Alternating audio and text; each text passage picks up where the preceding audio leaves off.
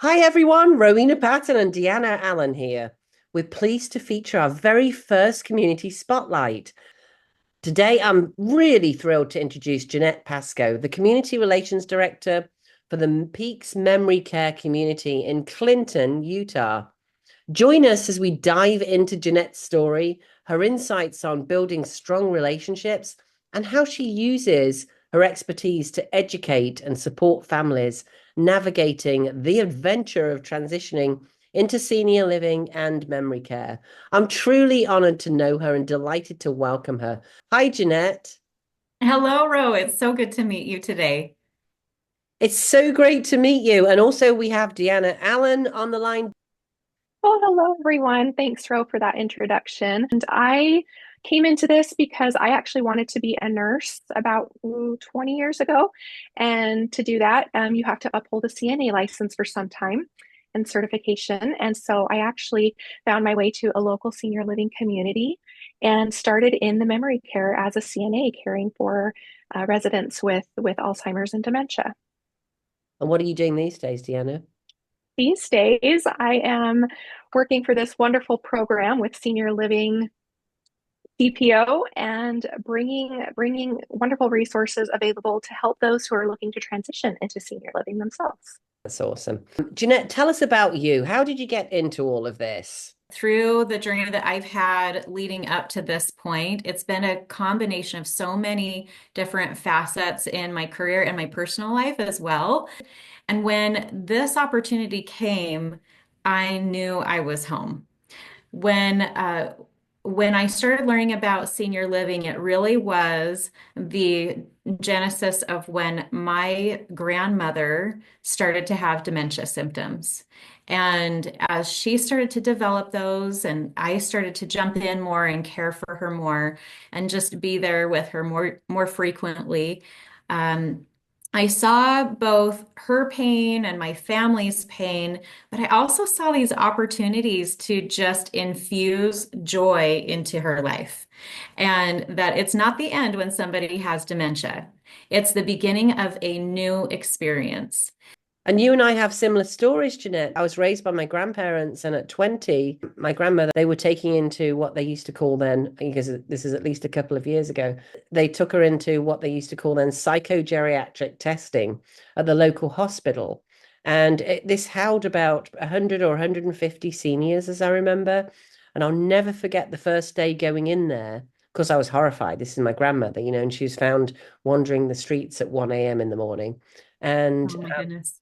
yeah, it was very scary. So I go into the hospital and all these seniors are there as I'm entering, and that I'm holding the door for them because they're my elders. I do the right thing. This is in England at the time. I didn't understand what was going on, so I walk in. They're going out to the park and sort of in the communal areas, and then about 5 or 10 minutes later, all the alarms are going off, and apparently I'd let them out. Oh dear. Yeah.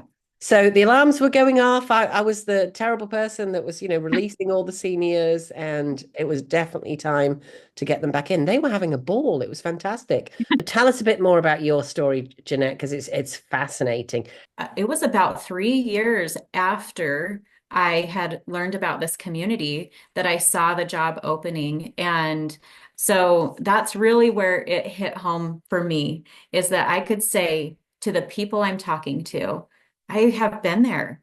I don't know what it's like to walk in your shoes, but I know what it's like to walk beside you. I can relate to you and I can tell you that it's going to be okay. And I'm going to help walk you through this and we're going to do it together. So those are some of those things that we have. Go ahead. Is that meaning anything to you, Deanna? The fact that you've been in there and you've been through this process and can help them. Absolutely. Yeah. Yes, for sure. When I moved on from being a CNA in the community I mentioned earlier, I was doing just what Jeanette is doing, and I was there for 14 years helping guide those families through those experiences. And, there's something to be said for, obviously, like she mentioned, we don't know exactly what they're going through on a day-to-day basis. It could be very different from what we've been through. But just to have that experience, being a caregiver on my side, and then Jeanette has had that experience personally with her family, really resonates with people and helps them feel like they're heard. I want to give some examples of that for people listening that maybe haven't experienced what it's like to have a senior in your world. I was raised by my grandparents. My grandfather, much beloved grandfather, passed when I was 13. And over the years, then, and every weekend, I'd see her slowly decline. In fact, there was one time, and I want to get real here because this is what it looks like before you are fully assessed, and even when you are fully assessed. So I would go home as an 18-year-old and traveling from college in a different state, and they're not called states in England, but same thing. And I would sit down at the table. I might go take a boyfriend with me or a friend or something. And my grandmother would serve me an entire chicken on the plate. She would have cooked three chickens, and the chickens would come out on the plate. And I'd sit there awkwardly as an 18-year-old going, what do I do now? How do I explain this to my friend? And I'd find a grocery bag and slip them off the plate, into the grocery bag on my lap so I didn't embarrass her. These are the kind of things that families deal with every single day. And then she Yes. progressed to be wandering at 1 o'clock in the morning down to get in England, you get your pension from the post office, or you did in those days.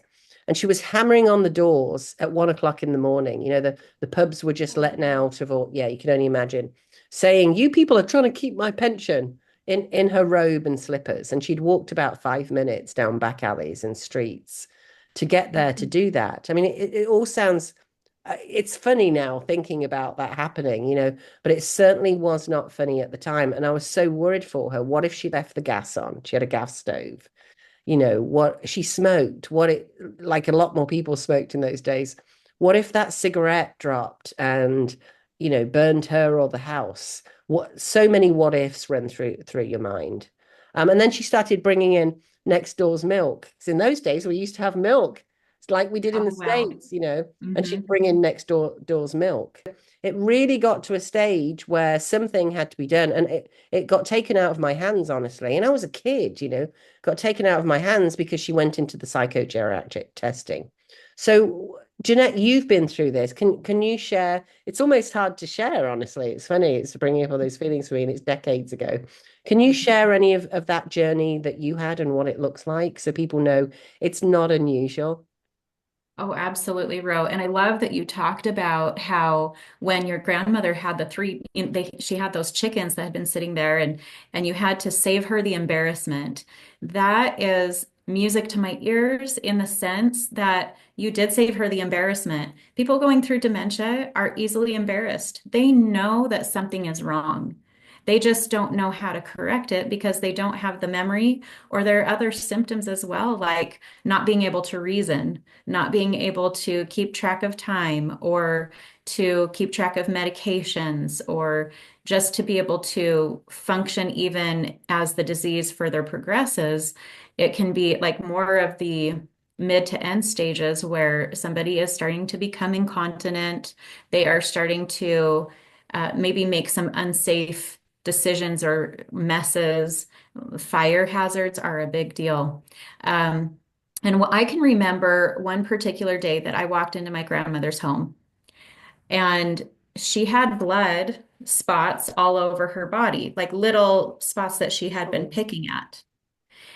She also she also had, as I went to clean in her apartment, I walked into her restroom, which is really only two doors away. It's very close, but she would get lost in that tiny apartment. And there was shattered glass all over the floor, right in front of her bathroom sink. And I just thought, oh my gosh, if she has bare feet, she would be completely cut by this. And then right around the corner in the kitchen on the counter was a half jagged glass with an empty Coke can sitting inside of the glass. So I could only think and imagine what may have been going through her mind. And what if she had actually picked up that jagged glass and tried to drink out of the Coke can? There are things like that, that reasoning goes out the window in certain situations. And there may be moments of lucidity as well. And those are to be treasured, but it's not always the case. In the psychogeriatric, so I actually took a mortgage out on the house. I Yes. don't know how I did it, so that I could Oh, get yes. a care nurse to come into the house and Mhm. um and take care of her. And sadly, she passed. And she was in there for probably 4 or 5 weeks. And the week before she passed, I heard stories from her that I'd never heard, honestly, my entire life. And she was having completely, I don't want to say normal because what's normal, are any of us normal, these days? But she was having these very lucid conversations and telling me stories about people and things that I couldn't believe. It was amazing. In fact, I shared it with my dad later. Um, and he said, I've never heard that story. It was amazing. I so wish I'd recorded her. And I'd say to everybody out there, if you have a grandparent or you have a parent at the beginning stages of this, record them. Or not even beginning stages, just have it when you go home for the holidays. Make some recordings, make some video recordings because I so wish I had those now. It was a different time, but guess what? We've all got a cell phone now. But Jeanette, I want you to talk, and Deanna as well, about the fact this just doesn't happen to people as they're getting on in their years. I know somebody who was in their 50s that I had a good friend. Actually, I saw him again on the radio. He now lives in the Bahamas. Mike, I'll give you a shout out. Mike Blanton, he's amazing. He's a financial planner. He moved to the Bahamas. He had a wonderful wife who was only in her 50s and she started going downhill. He was I couldn't understand what was happening because they were doing bucket list things. They were doing all this traveling, and he was a very busy person. They were doing all this traveling around the world and doing these amazing things.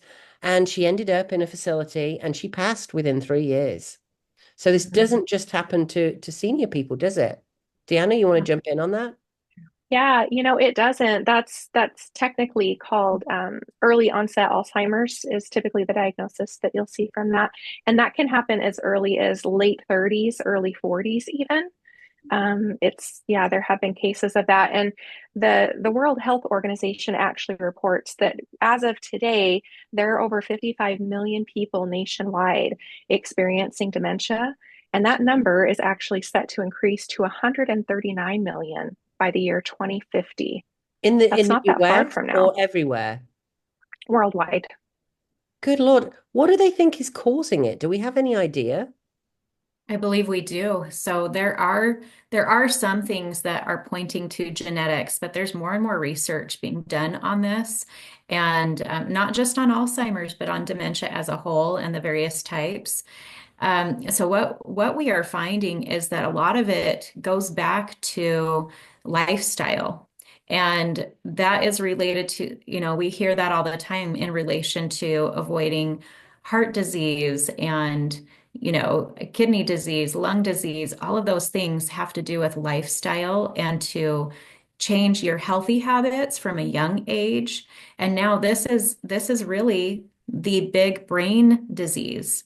And we've got to start caring about our brains. Honestly, some of the biggest hitters, and it really hits home to me because I do have not only my grandmother, but my grandfather had dementia, and now my father does. Wow. Yeah, And I so I remember do when want to be grandpa. prepared. Right. So some of the things that we can do are to get enough sleep. And you may be telling yourself, oh, well, that's out the window. But I've got to tell you that I have noticed within myself that if I'm not getting enough sleep, which is usually every day because I have a 23-year-old with severe special needs who is fully dependent on me. And so if she's not sleeping, I'm not sleeping. But I've had to be fiercely uh, loyal to my sleep and make sure that if I'm not getting it in one area, that I'm going to make up for it, or that I'm going to sleep or to bed or to just rest and relax earlier in the evening. And when I do that, I'm so much more mentally clear. Wow. But we also have to look at our diet. This is being known more and more as diabetes type 3. So we are in a very serious situation as a world society where we need to be kind to our brains in what we pull into our bodies. I mean, if we are paying attention to, whether it's eliminating some of those things that cause higher inflammation, such as sugars or other types of carbohydrates, and just keeping it more as a minimum, as a balance, those are some things that really can benefit people as they try to avoid the effects of dementia in the future. Deanna, and any tips for people listening out there of things to do? Because it doesn't matter if you're 20 or 70, you can take action, right? Absolutely. Jeanette and I were speaking personally about self-care, especially for us as women. And Jeanette is a caregiver, like she said, for her daughter and cares a lot for others. But I think we tend to kind of focus on what everyone else needs instead of our own. And I know that when it comes to Alzheimer's and dementia, women are disproportionately affected by dementia, both directly and indirectly. It's been shown that we experience a higher mortality and disability adjusted life rate and years due to those diagnoses. So the more that we can do to take care of ourselves, challenge our way of thinking, get enough sleep, like Jeanette said, the more we can really do for ourselves in the long run. Wow, scary stuff. Hmm. Okay, so tell us a little bit about your facility, Jeanette. I'm taking a hard turn here. And also the process that people go through when you've probably, do you have a wait list right now of people We that do are for we do have a wait list for some styles of our suites. It depends waiting? on the style that they choose. But truly, there are many types of opportunities when somebody is needing that transition. One of the most recent opportunities that we launched last week is our new day program, senior day program called Senior Staycations. And this is a wonderful medium road for individuals who are saying, well, it is hard. The day-to-day is hard. But as a caregiver, I don't want to give this up. I don't want to be apart from my loved one with dementia. I want to still be able to function in life and be with them. So a day program enables them to be able to work or go do errands or do their Christmas shopping or do anything that they need to do to like doctor's appointments so they can take care of themselves as well, to enable them and empower them to do those self-care necessities while they know that their loved one is actually receiving this phenomenal, fun, social, active program. And they're making friends and enjoying their day-to-day life. So this is really exciting, and we're already seeing that take off. So that's one way that it can be a bridge to, if it is earlier stages, that can be a bridge for a lot of families. That's amazing. So that's a senior staycation. Senior staycations, yes. And, Now, and we're they talking are about going, Utah for everybody listening, but yes. remember a lot of memory care facilities, a lot of communities, a lot of senior living communities offer similar things where you're at. This is available around the country in all kinds of different ways. We are building an amazing list of communities. We've got over 160 of them now with all kinds of details, and we're not charging referral fees like a lot of these big ones. In fact, Deanna, aren't you working with Jeanette? Like you've recently got together Yes. discussing how you can help her. How are you helping Jeanette, Deanna, in the Yeah. senior So care program? Yeah, Jeanette is one of our community partners in Clinton, Utah, which if you're familiar with Utah, that's Weber and Davis County area. So if you're looking for senior living specifically related to memory care, definitely go see Jeanette at the Peaks. It's an amazing community. But yeah, Jeanette and I actually didn't know each other prior to me joining this program. And so I got to reach out and connect with her, and she is just a delight to get to know. We are becoming great friends, and I'm just so happy to know her. And you will be too. Just to illustrate how you're helping seniors navigate that adventure, and I call it adventure because good old Mary and Jerry. I love what Mary said about this next adventure in our life. So we're going to make Deanna cry now. I'm trying not to, but talk about how you helped Mary and Jerry through that process. Sure. Yeah. So Mary and Jerry are actually from Clinton. They decided to move to a couple cities over in Bountiful, Utah, if anybody knows where that is, at a community there. And they were really looking for a way to be able to sell their home in a manner where, they didn't have to have someone come in and do repairs and showings, and then they'd have to leave. And, Mary is a caregiver for Jerry, and that would have been really challenging for them to have to leave the house a couple of times a week and do all of that. It's challenging just to get to doctor's visits at that stage in life. So we were able to come in and offer them a solution where we could provide them with a cash offer to purchase their home, and they were able to easily transition to their community 2 weeks later. Wow. And 90% of seniors have to sell their home and they were on a wait list. And often you get that call when you're on the wait list. I mean, Jeanette can tell us about all this, obviously. Where you're on that wait list, and it must be heartbreaking as working in a community, having to say, well, I'm sorry, we need that money to put down. And there are other ways to do it, but we need that money to put down in 2 weeks. But I also want to highlight, Deanna, you're not one of these companies, because there are investors out here that work with communities, and they'll give, any investor will give you 50, 60% of your money. The Senior Living CPO program gives you a portion of your equity, a big chunk of your equity, up to 70% on stage one. So you can move in 14 days like Mary and Jerry did, which is fantastic. And then we go in and do HGTV magic or like magic and list the home, and then they get a second check. And 2/3 of our sellers make more than with a conventional listing. And like you said, Mary and Jerry don't imagine Jerry having to get out of the house for showings. That would have been a nightmare. Sometimes there's little dogs involved. Sometimes, all kinds of things are going on. The last thing you want to do as a senior, or frankly, a 20-year-old, is show your house. Nobody likes to show the house. They don't want a sign outside. They don't want, nosy neighbors going, oh, where are you going? And this works whether you're going into senior living or not. But Jeanette, can you talk a little bit about that process? So you do have, some of the factors where they're on a wait list. What does that look like? Is this something you can see utilizing going forward? Obviously you're working with Deanna in this because she's local to you.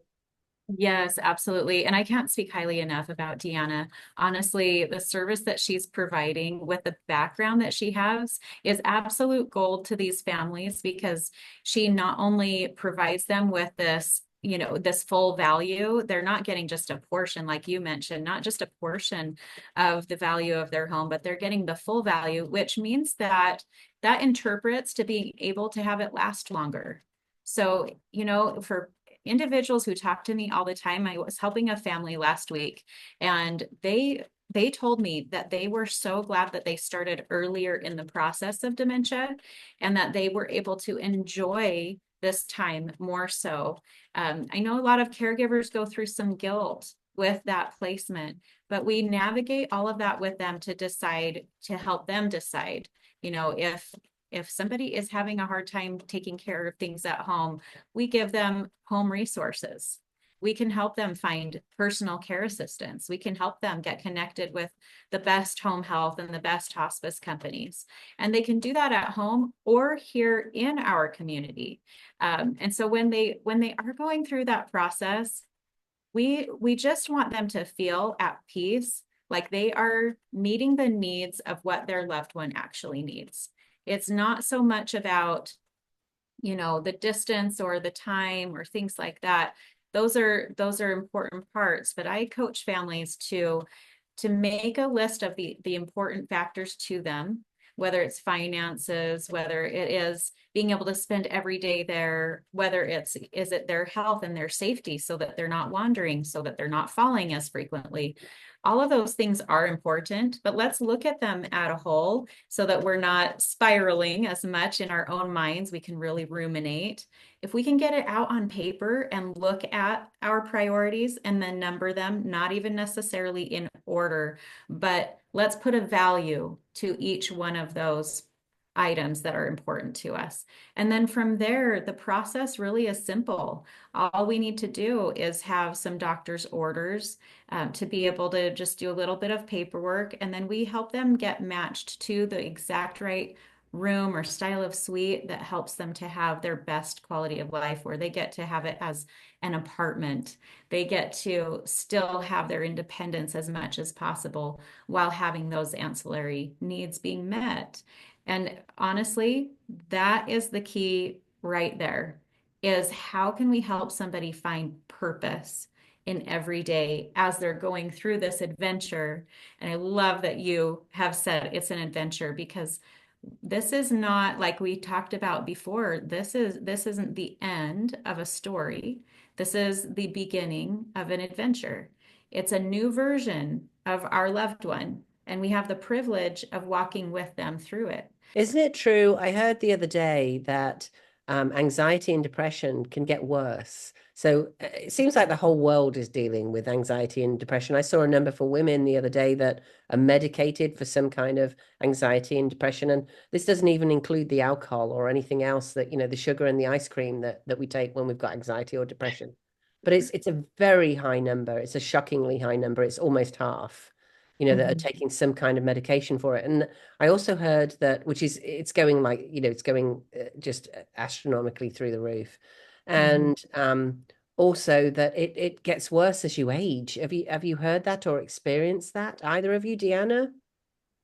Not personally. I'm Yeah. not asking you. Are you getting more anxious and depressed as you age? Well, let's talk about that, Ro. Yeah. No. No. I think with society, that's just what it's turning to, especially with the exposure of social media and all of those, Mm. what we consider resources available. It can also be a detriment to our social health and affect us emotionally too. So it's something to really, keep out for, keep an eye on.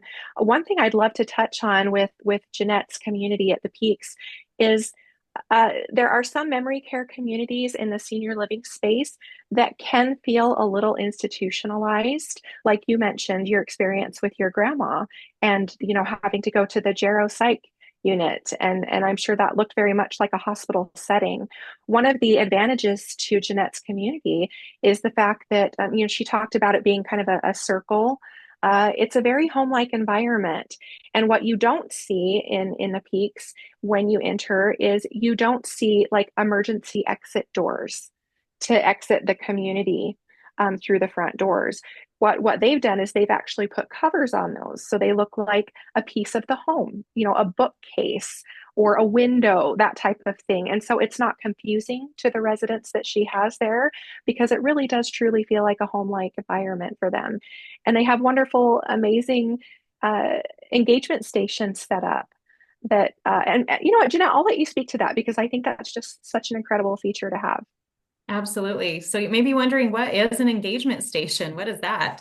I mean, it really is something that ties into that purpose for our residents. So let's say that somebody is moving about through the community, and let's say that they just need something to do with their hands. We've got several women who live here right now who enjoy folding laundry. They don't have to fold laundry, but there's an engagement station to fold laundry. And maybe that's something that they did as part of their prior life story where they enjoyed doing that and it gave them purpose. There are other types of things that individuals can do, whether it be puzzles or tanagrams, which are errorless puzzles. Somebody can just make shapes and color combinations based on what they want to see. So it doesn't have to be something that fits in together exactly perfectly. There are others that some of our gentlemen enjoy that maybe they did a lot of woodworking or they did a lot of, a lot in their tool shed. And we've had actually quite a few people who have had those experiences where they've been in a dangerous situation at home, pulling out the chainsaw and cutting down trees that didn't need to be cut down. And their spouse is just bawling because they raised this tree for the last 50 years. Um, and it's not really a safe situation. So of course we're not going to have, anything that's sharp in our community or things like that, but we can get creative. We can create stations where they work with wood, they work with sanding, they can do painting, they can use a leveler, they can use measuring tapes to do certain projects. And that way, as they're using these engagement stations, their mind is active through the day and they are not as likely to become depressed, to have hyperfixation on an exit, to have hyperfixation on my my daughter needs to pick me up, my daughter needs to pick me up. That way they are engaged in something important. And these are, like you said, I love that you were holding the door for your elders, Ro, even though that was a faux pas moment, it was a learning experience, but that ties into we do want to respect our elders. We can learn from them. We can help them honor their life stories, and we can pull those stories to the surface. Sometimes we even do video recordings here at the Peaks of our residents telling their stories. And those are so priceless. We don't always post those and share those. So when we can take a snapshot of that, I've had moments where I've shared that with family members, and then they share something like that at their celebration of life later. And I, it's just something where they get to listen to their voice. They get to listen to those priceless stories. I want to talk again. It's 111, so in your part of the world. So those are the best angel numbers, actually. Deanna can teach us all about the angel numbers. She's nodding for those of you Yes. listening to this. Oh my gosh. So I want to reiterate, if you have anyone in your life, parents, seniors, kids, anyone in your life, make videos. Ask them what they love. Ask them what lights them up in the morning. There is nothing better than looking back on that. And for the life of me, I would love to do that. We actually have something in real estate where I introduced a program called the Memories Video. Because a lot of people, I just came up with it one day when I was sitting with a couple of seniors, and he was in a wheelchair, she was sitting there, and they both had tears in their eyes. And I said, I'm changing the names, obviously.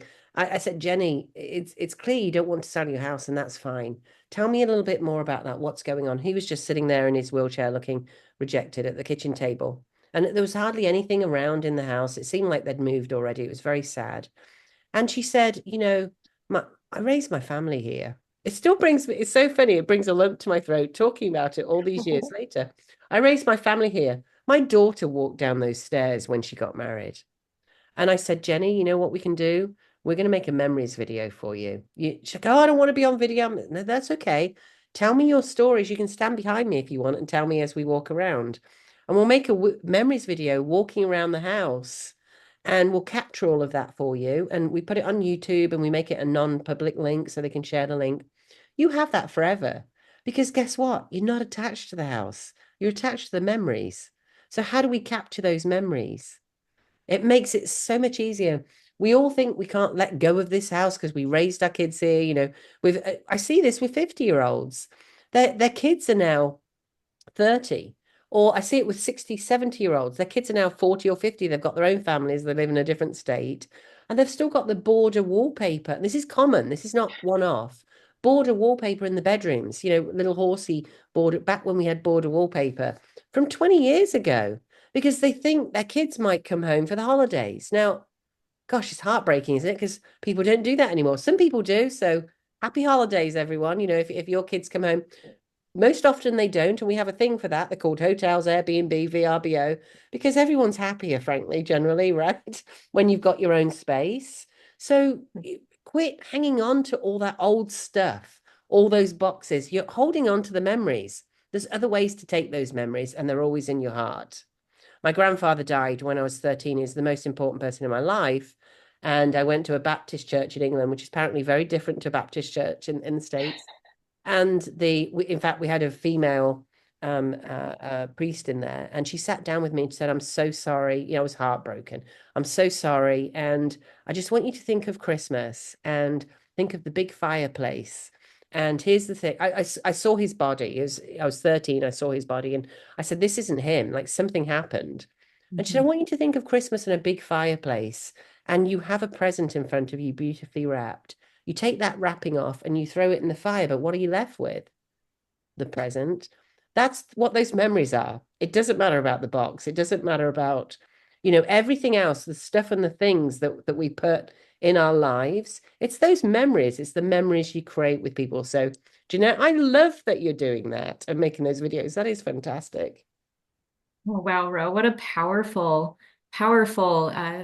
just to be able to draw that parallel and, the symbolism of that box.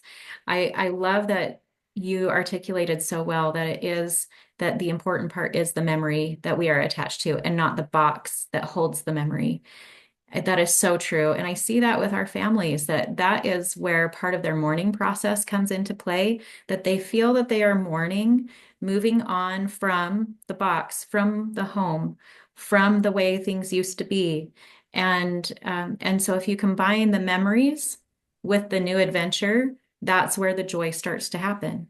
But what we have done is we train our caregivers in an in-depth dementia training so that we can follow individuals, even if they are still independent, but they have a little bit of dementia at the early stages or their mid stages and they are more assisted living appropriate.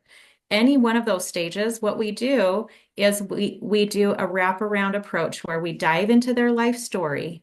We partner with our life enrichment department director and we develop not only age appropriate, but ability appropriate programs, activities, outings, things that spark those memories, things that tie that into their purpose as they go into this new adventure. So what I'm trying to illustrate is that individuals in our community can come very early in the process and still enjoy independence, assisted, and memory care level supported living. And so those are some of the things that we want to consider is when somebody has dementia, do we want to move them over and over and over again? Do we want to keep changing their environment when they're having a hard time Mm. adjusting? So Or what do we I think what you mean by that, Jeanette, is do we want to take somebody in the early or mid stages and put them in assisted living, or maybe start at home? Because this is how it goes, right? They start at home, they have some help.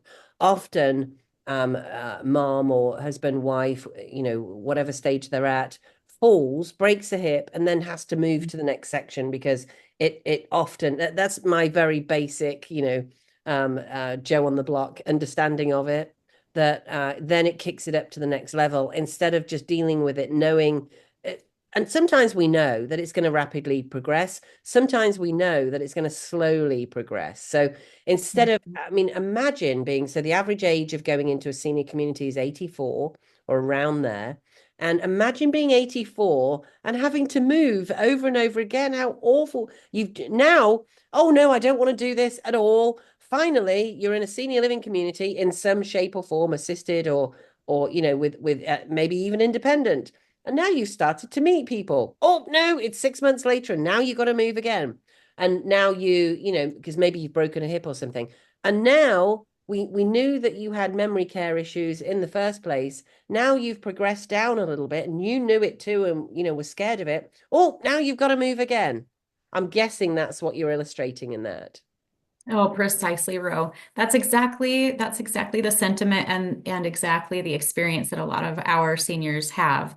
And what we want to do is to be able to give the power in their own hands to make the choice of do I want to stay in this apartment? Do I want to stay as those, incidences, a fall, or even sometimes people refer to behaviors of dementia, which actually I like to kind of eliminate the word behaviors and replace it with symptoms of dementia, symptoms of unmet needs. And so if there is a person who is experiencing some of those things, a lot of times that's the point where, a caregiver may not have the in-depth training that they need or the whole team in general. And so they become offended. And I'm not saying that that's a bad thing. What I'm saying is that there can be a bridge with how we appropriately and positively respond to these types of situations so that an individual experiencing more and more of those symptoms of agitation, anxiety, aggression, that they don't all of a sudden get pushed off into a locked unit where they could actually stay in their home of recent, in their new adventure. They can stay in their apartment and they can progress in that journey and not feel like they're being ostracized by the friends that they just made friends with. They can still be integrated, but also be given opportunities with some support and some prompts to connect with people who are of a similar cognition level, to connect with people that they can feel validated by. They can feel that they get me. They get what I'm going through. I've even had some individuals here where we kind of have segments, okay, and we do that on purpose to give people the joy and the connection that they need for the level that they're at. But there's this group of gentlemen who would say to me when we had this woman who had lived with us for about 6 months, and she was very in stages of her disease process, but unfortunately her symptoms were exhibited in being sad and crying all day, every day, if she were awake, unless she listened to the right kind of music, and we can touch on that later. But when one of these gentlemen or a couple of them would say, excuse me, why is she crying so much? And we would say, oh, well, she has a disease called dementia. And they would say, oh, what a horrible disease. I hope she's okay. Not knowing they themselves have the disease. And that's okay. Yeah. Because what we want to do as caregivers is step into their reality. We want to validate their reality. It's not my job or any of our job to correct, to orient, or any of that to a humiliating degree. It's our job to step into their reality and validate, oh, yeah, are we in Texas right now? Yes, we are. This is a beautiful day in Texas, Tell me even if about we are in Texas. Utah. Like, because if that's where they were from, or a gentleman who would, he would always, he was a mayor of, I won't say which island it was, but he was a mayor on this island. And we would ask him, what do you do every day? And he goes, oh, I get up, I put on my suit, I put on my tie, and I go to the office. And I meet with people, and then I go home, and I take off my suit, and I put on my shorts, and I go to the beach. And then I go for a swim, and I swim, and I swim. And I said, you've got to teach me how to swim. Oh, you don't know how to swim? It's easy. You just go like this. And I say, oh, like this? Like this? Am I doing it right? And he goes, no, bigger, bigger, bigger, like this. Oh my So gosh. just those moments where they can have flashbacks to their own reality, that's perfect. That is where the magic and joy happens. We've got to step into that world.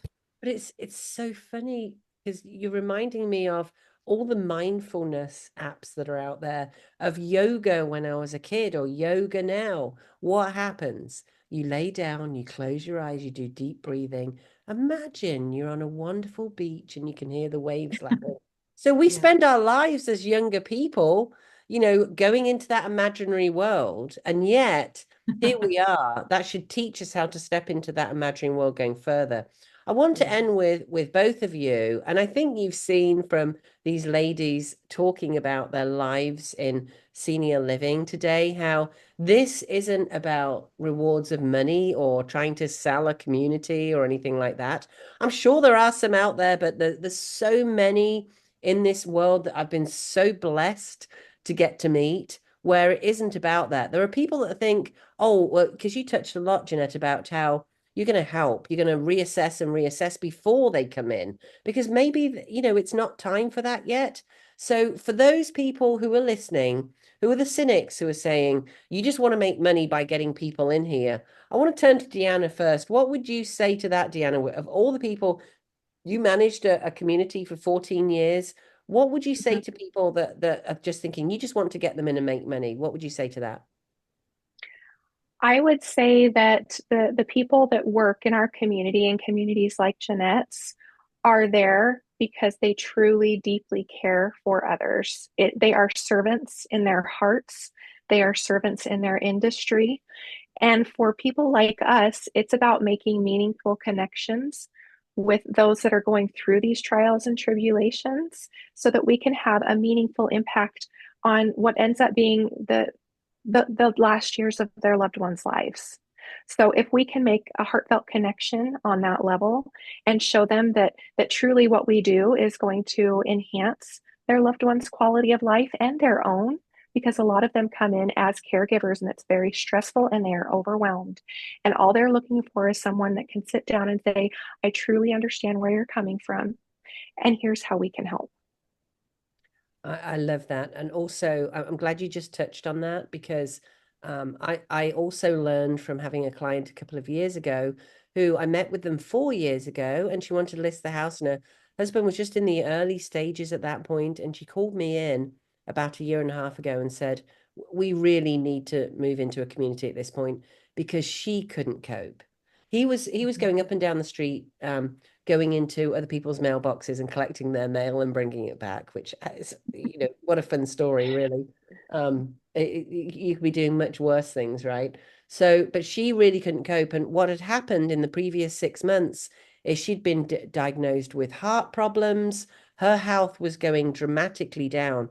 And I believe that's the case. As a caregiver, you can get all kinds of terrible things going on, right? You tend to go downhill because it's so stressful. You're watching your loved one, especially when it's the wife or the husband, I think. Is that commonplace, Jeanette? Have you seen that a lot? 100%. Honestly, it's very stressful because they want to be everything to their spouse. They want to take care of them until death do us part or into the eternities. They want to do everything they can. And sometimes that's to their detriment as a caregiver, because really if they put their thoughts out on paper and they look at what do I want for my spouse, for my sweetheart, they really want them to be happy, to feel connected, to be safe, and to have a little bit of purpose in every day. So when they get to combine those things, it is still hard to move and to change because they're going through a separation anxiety just as much as their spouse with dementia. I've watched husbands who have come here and I've sat with them, both of us in tears, as they just say, I just miss her. Oh, I just miss her. And then I'm going to tell you one very quick story about a gentleman who he was high school sweethearts with his wife. They didn't get married. They married different people. After she had a traumatic accident and a traumatic brain injury, he went to visit her at the hospital and reconnected with her and then took her on a date to the Nutcracker and had put this Nutcracker on the seat of the passenger side of his car for her to always remember their first date. And stories like that, you can just feel, I mean, it envelops the whole room of how connected they are together, how much adoration they have for each other. But the biggest thing is that I want people to know when they're in that boat, when there is a spouse who is trying so hard and they're feeling like either they're falling short or they might not be able to do it anymore, that let's switch the language just a little bit. It's not that you can't do it anymore. It's that you're still doing it and you're giving more. You are now providing a safety net of more people, more support, more friendships, more light, and it can be better, even though the well, disease is hard. and look at Mary and Jerry, they went together. Yes, In my they case, can. I'm not going to mention the name, but you know who you are if you're listening, and you're actually in the same state, but you've gone closer to the kids. But they went together too, so they've both, and they went into independent living first because they could have givers come in, but it gave the what both in both cases the wife, a lot more help. And they made that transition together so they don't have to go through that separation. One quick thing either of you can talk to is what to say to the kids who are in their 50s, 60s, or even 70s sometimes, where the next holiday they go home and they've been, they might even live in a different state and they've been called back because their parents have gone through some heart problem or a fall or something like that, who are feeling guilty, and their parents are saying, we're not going into senior living, or mom's saying, I'm not going to senior living because it's one out of every eight, I believe, that go into a community is a man, and the other seven are females. So it's often mom. Mom or dad is saying, I'm not going into one of those things. They're just a place you go to die. What would you say to the kids? I like to call them the kids because we can all be kids in our 60s and 70s, right? What would you say to them who are feeling guilty, who don't know how to navigate this? If they go into a community, will you give them some help, or most people in your position give them some help, do you think, in Absolutely. understanding what to say? Absolutely, absolutely. So first of all, their feelings are real. It's hard to be a kid when you're trying to honor your parent and your parent's choice is screaming at you, I'm not moving, I'm not going anywhere. But you also feel an obligation to take care of them because you can see the symptoms, you can see the lack of judgment or the unsafe circumstances. So in that situation, I'm going to get kind of real. They need to have either power of attorney or guardianship and gather their tribe. If there is anybody who can support them and just be a sounding board that yes, you're doing the right thing. They need that when their parent is yelling, I'm not moving. Now, let me just fast forward a little bit. When their parent moves in, I'm not saying that it's always like peaches and cream and picture perfect. Sometimes people do come into our community not super happy. They come grumpy. They might even yell at their kids and blame them.